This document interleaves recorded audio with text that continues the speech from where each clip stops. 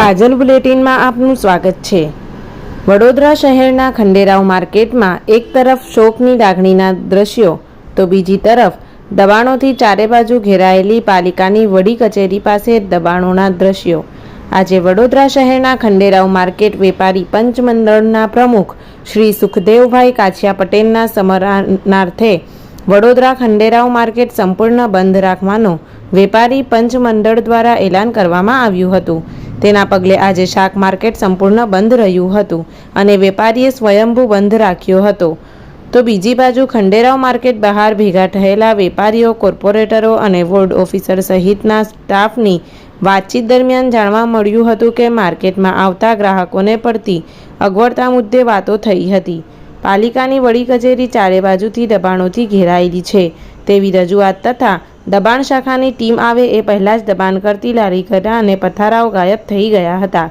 કોર્પોરેશનના ward number 13ના અધિકારીને મીડિયાએ પૂછેલા સવાલના જવાબમાં તેઓએ જણાવ્યું હતું કે અમારી એન્ટ્રી પડતા જ દબાણકર્તાઓ ગાયબ થઈ જતા હોય છે। શહેરમાં ચારે તરફ ફેલાયેલ દબાણ મુદ્દે પાલિકાના કમિશનર કોઈ નક્કર કામગીરી કરે તેવી લોક માંગણી છે। रिपोर्ट सादिक काजलवाला।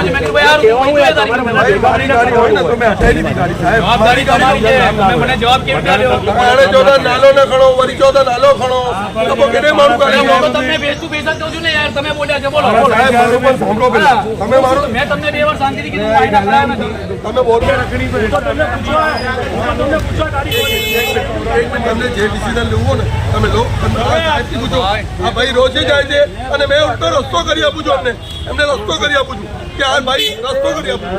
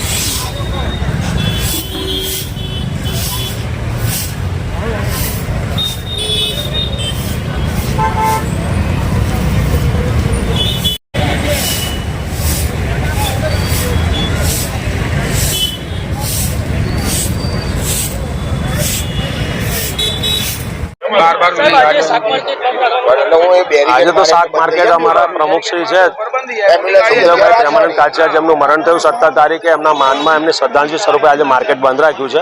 એટલે અમે બધા ભેગા થયા હતા એના માટે। તારે જોયું કે એટલી બધી ગાડીઓ અહીં બધી ભેગી થયેલી, અંદર જવાનો બી રસ્તો નહોતો, એટલે મારે પોલીસ બોલાવવી પડી છે અને ટ્રાફિકમાં અમારે કહેવું પડ્યું કે આ બધું રોજે રોજ ના હોય, કારણ કે સ્કૂલો છે, આજુબાજુમાં લોકો રહે છે, એમને એટલી તકલીફ પડે છે। એના માટે ભેગા થઈને અમે રજૂઆત કરવાના છે કે ભાઈ આ થવું ના જોઈએ। ગાડીએ જે બેસીને સેલિંગ કરે છે ગાડી પાર્કિંગમાં, એ ના થવું જોઈએ। જાહેરનામાનો ભંગ થાય છે એની પર ડિટેન કરો ગાડીઓ, એની પર એક્શન લો, કારણ કે ટ્રાફિક સ્ટાફ છેલ્લા 6 મહિનાથી અમારા તરફ છે જ નહીં। એમાં બધી તકલીફ ઊભી કરી છે, એટલે તકલીફને દૂર કરો એવી અમારી રજૂઆત આજે ટ્રાફિક શાખામાં જવાનું છે। એ તો આજનો જ દિવસ બંધ છે, એમાં શ્રદ્ધાંજલિ સ્વરૂપે। હા, નીતિન પટેલ, પૂર્વ કાઉન્સિલર। અહીંયા આગળ અમારા કોર્પોરેશનના પૂર્વ કોર્પોરેટરનું અવસાન થયું હતું, એના માટે કાછિયા સમાજે સુખદેવભાઈના માનમાં આજે માર્કેટ બંધ રાખ્યું છે। તે છતાં પણ માર્કેટની અંદર કોઈને જવા આવવાનો રસ્તો નહીં, ફ્રૂટવાળા હોય કે લહેરીઓવાળા હોય, બધા જ રોડની વચ્ચોવચ્ચ રસ્તા રોકીને ઊભા રહી જાય છે। રિક્ષા હોય, ટ્રક હોય, આઈસર હોય, બધા જ કે પબ્લિકને જવા આવવાનો રસ્તો પણ નથી હોતો। એના માટે અનેકવાર અમે સભામાં પણ રજૂઆત કરી છે। મારા સાથી કાઉન્સિલર જ્યોતિબેન, ધર્મેશભાઈ, બધાએ અમે રજૂઆત કરી છે। તે છતાં પણ આ લોકો વેપારીઓને ખબર નહીં એમના મનમાં શું છે। જે એમની દુકાન છે, દુકાનની અંદર કોઈ જ ધંધો કરતું નથી કે એ બહાર જ ધંધો કરે છે, રોડ ઉપર ધંધો કરતા હોય છે। દુકાનોવાળા પણ રોજના પૈસા લઈ અને ભાડે લોકોને જગ્યા આપે છે, એટલે કોર્પોરેશનની જગ્યામાં દુકાનોવાળા પણ કમાય છે। એટલે આ રીતનું અમે કમિશનર સાહેબને રજૂઆત કરી છે અને આવનારા દિવસોમાં પણ અહીંયા આગળથી ક્યારે પણ ટ્રાફિકની સમસ્યા હલ થાય એવું ક્યારે થશે એવું અમને ખબર નહીં, પણ કમિશનર સાહેબ ઉપર અમને ભરોસો છે અને કમિશનર સાહેબે કમિટમેન્ટ કર્યું છે કે બેન તમારા દબાણો અમે દૂર કરીશું. તમે નહેરુ ભવન પાસે જુઓ, નહેરુ ભવનથી આશીર્વાદ હોસ્પિટલ ત્યાં પણ બસો એટલી બધી પાર્કિંગ થઈ જાય છે, ત્યાં રોજ એક્સિડન્ટ થાય છે. સાયકલ બજારમાં પણ તમે જોવો કે ચાલવાની જગ્યા નથી. એક વોર્ડ નંબર 13 અને 14 બે સિટીનો વિસ્તાર છે, ગીચ વિસ્તાર છે, એટલે આ વિસ્તારમાં ખૂબ દબાણોની સમસ્યા છે. ચોક્કસ પાલિકા આના માટે નક્કર કાર્યવાહી કરશે અને આવનારા દિવસોમાં તમને એનું રિઝલ્ટ મળશે.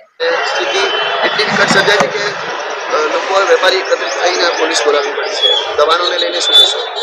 દબાણો અવારનવાર થયા કરે છે. અમે અવારનવાર ડ્રાઈવ પણ કરીએ છીએ, પણ અત્રેના તમામ આ દબાણ કરતા લોકોને કહેવામાં આવવા છતાં પણ એ લોકોને માનતા નથી. અમારી ટીમ આવે, જતા રહે છે, પછી પાછા એઝ પોઝિશનમાં આવી જાય છે. કાયમી ધોરણે અમે આ ના થાય એના માટે તકેદારી રાખીશું. પોલીસ જાહેરનામું પણ લગાવવામાં આવ્યું છે કે શાંતિ 9 વાગ્યા સુધી, એનું પાલન નથી થતું. આપની જવાબદારી બને છે કે પોલીસનું જાહેરનામું છે તે પોલીસ ડિપાર્ટમેન્ટનો પ્રશ્ન છે. અમે અમારી રીતે લારી ગલ્લાને એનું દબાણ દૂર કરીએ હવે છીએ. શું નક્કર પગલાં લેશો? કારણ કે પાલિકાની જે વડી કચેરી છે તે ચારે બાજુથી દબાણોથી ઘેરાયેલી છે. અમે અમારી રીતે ટીમો બનાવીને અહીં ડ્રાઈવ કર્યા કરીશું. એ રીતનું કામગીરી ચાલુ રહેશે. દબાણ પહેલા જ લારીઓ ગાયબ થઈ જાય છે, શું કારણ લાગે છે કે આપણામાંથી કે પોલીસ ખાતા એવું ના હોઈ શકે. અમારો સ્ટાફ પણ અહીંયા અમે જનરલી અમે જ આવીએ છીએ, એટલે અમારી એન્ટ્રી બી પડે અહીંયા તો ખબર પડી જાય કે ભાઈ ટીમ આવી છે, એટલે એ રીતના જતા રહે છે. એવું બી બની શકે, એવું કંઈ છે નહીં. સર આપણું પરિચય? BS Vasava, ward officer, ward number 13. इस वीडियो को लाइक करें, हमारे चैनल को सब्सक्राइब कर बेल आइकन जरूर प्रेस करें